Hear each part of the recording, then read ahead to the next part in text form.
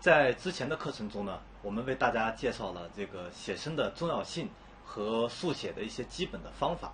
那么在这节课中呢，就为大家介绍花卉的写生方法。中国花鸟画呀，之所以能够达到很高的艺术成就，其原因就在于历代花鸟画家们在学习、继承与发扬传统技法的基础上，创造性的运用了传统技法，概括地表现了既真实而又能传情达意的艺术表现。而这些技法与创作构想都源于写生，因此重视生活、注重写生已成为花鸟画发展的一个重要特征。写生呢，有一些基本的要领。写生首先要选好入画的角度，然后再画。有的时候啊，选取仰视；有的时候呢，就取平视。要懂得人们的欣赏习惯，在写生之前，要多去欣赏和观摩古今的名作，学习他人在表现方法和构图方法，做到心中有数，再到生活中去结合实际来观察，就会找到入画的角度和姿态。写生时啊，要注意这个造型的这个准确性，要经得起推敲，切忌用他人的这个条条框框啊去生搬硬套。写生要注意这个收集素材和记录颜色，既能认识花鸟的生长规律，又做了这个造型的基本练习。画缩小的各种大事，用速写方法可以在较短时间内收集到很多的构图，结合呢其他的素材啊，就可以创作出各种不同章法的作品来。在画时呢，一定要特别注意记录颜色，可以用淡彩记录，也可以用文字来记录。写生的这个方法其实多种多样，多到生活中去观察和体验，这样收集的素材是为创作做好了准备。其实啊，出色的花鸟画写生作品也可以作为一个完整的艺术作品来看。花的结构呢，是我们这堂课学习的一个非常重要的部分，因为自然界中的花呀，千姿百态，而且非常多种的这个品种。花是这个花鸟画中描绘的一个自然界中的一个非常主要的对象。那么典型的花朵呢，主要是由花柄、花托、花瓣、花萼、雌蕊和雄蕊来构成的。我们可以从这张图上就能看得出来。但是呢，因为我们毕竟不是做生物学的研究，我们作为艺术学的学生来说呢，其实完全没有必要把这个花上面的这个每一个部分的具体结构都记得那么清楚。主要的来说呢，一个就是花梗、花托、花瓣，还有就是花蕊。其实主要来说，我们能表达到的也就是这几个重要的部分。这几个部分以外，至于说这个花的这个柱头是什么样，花的这个花丝具体有什么样的形态，可能有的花能看得见，有的花也就看不见。当我们画具体的对象的时候，再去具体的推敲、具体的掌握也就足够了。叶片呢，跟花瓣一样，也有不同的形态。叶子由这个叶片、叶柄和托叶来组成。叶子呢，又分为这个单叶和复叶两种基本的类型。我们从这张图上可以看到，这个一片叶子的这个基本形态啊，它有这几个部分组成。首先是叶片、叶柄，还有托叶和叶芽。其实我们在画写意花鸟画的时候啊，对我们来说非常重要的就是一个是叶片的基本形态，再就是这个叶柄和托叶的这个状态是什么样子。只要大家仔细观察，在了解了这个基本的这个大的形态之后，再去认真观察每一种不同的这个花和叶具体的形态，就有利于大家在写生的过程中啊，快速的去掌握，很快的去把握它的基本的姿态。那么写生的观察方法呢，有一个基本的原则，就是要由局部与整体布局相结合。局部观察呢，主要就是在追求客观事物造型的精确和这个细致，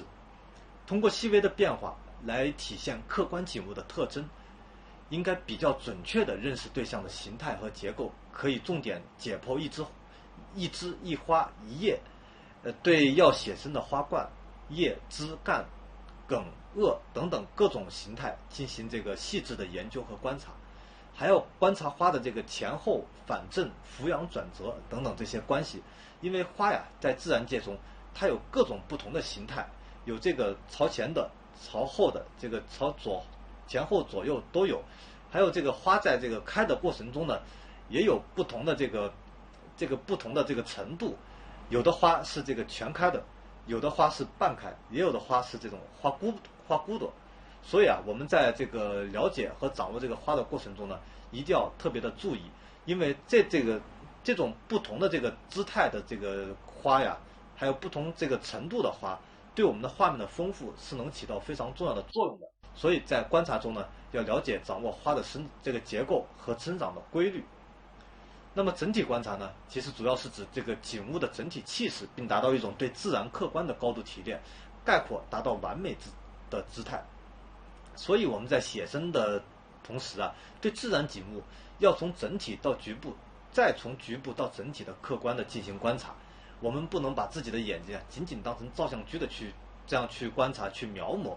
我们之所以去描绘花鸟，正是因为它们的美丽精妙，深深地感动了我们，让我们的这个情感寄予了这些这个奇花真情。当我们的这个心灵被这个自然生灵所感动的时候呢，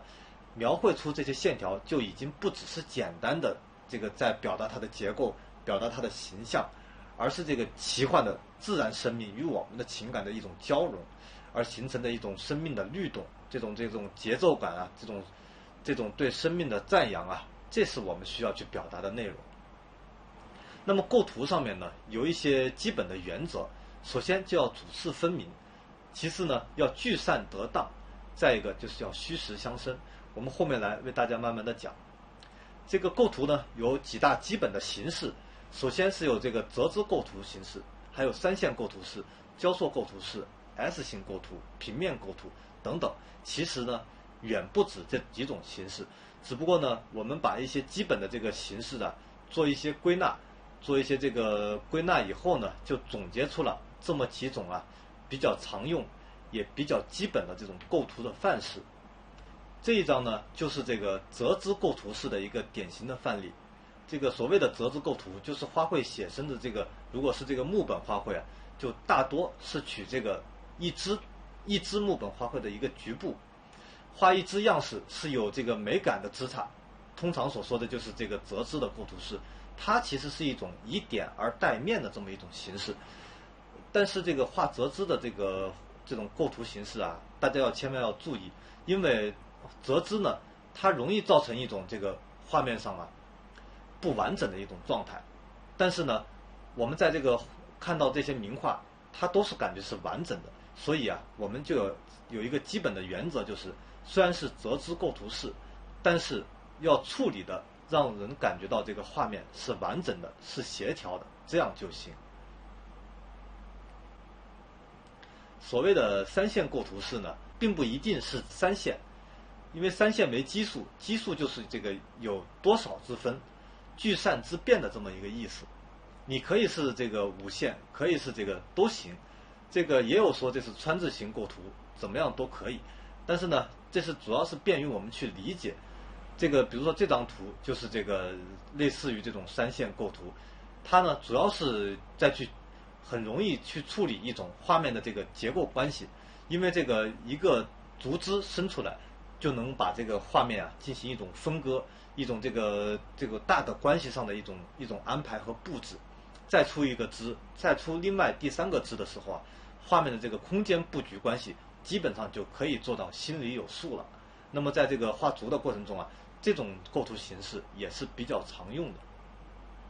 那么这种交错构图式呢，其实我们从这张画中可以看得比较明确。有人说这个叫交错构图式，或者也有人说有一种比较类似的叫做 X 型构图式，其实都可以。那么就是这种构图式啊，就是这个画面呢在大的关系上形成一种笔墨或者是这个结构关系上的一种交错和交叉。那么这种构图呢，往往是这个容易出现一些基本的问题。比如说这个有一种 X 型构图啊，千万不要把这个 X 型或者这种交叉呀放到这个画面的正中间，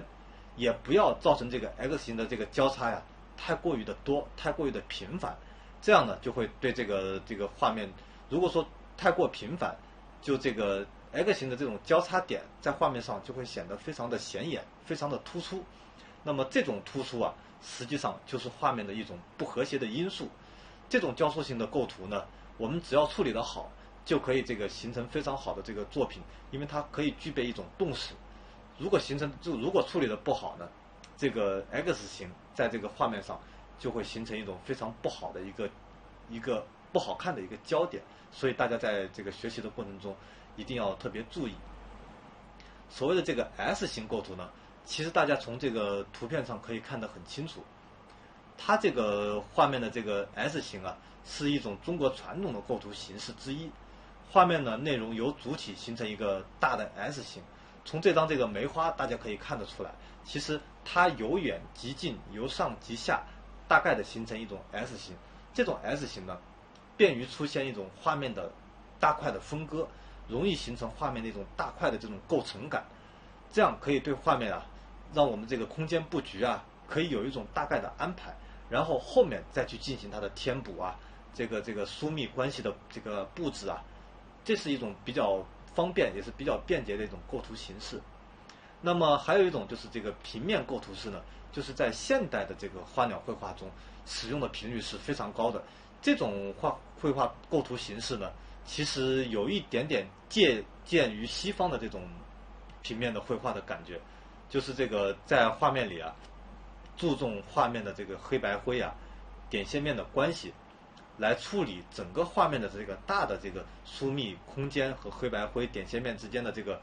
在结构上的这个内容布局的关系。这种构图形式呢也是非常好用，大家可以在这个学习的过程中呢分别的去练习，也可以不仅仅限于这几种构图形式。我们说过这几种构图呢是大家比较常用的，也是大家总结出来以后啊，觉得这个有利于大家去掌握和去入门的几种构图形式。在我们熟练以后呢，就可以在这几种基本的构图形式之外，再根据我们平时速写呀，还有这个收集素材积累下来的这些经验呢，做一些我们的这个具体形式上的变通。这个按照我们自己的每一张画的具体的情感要求和情感诉求去做我们自己的构图创作。今天我们这堂课呢就讲到这里，谢谢大家。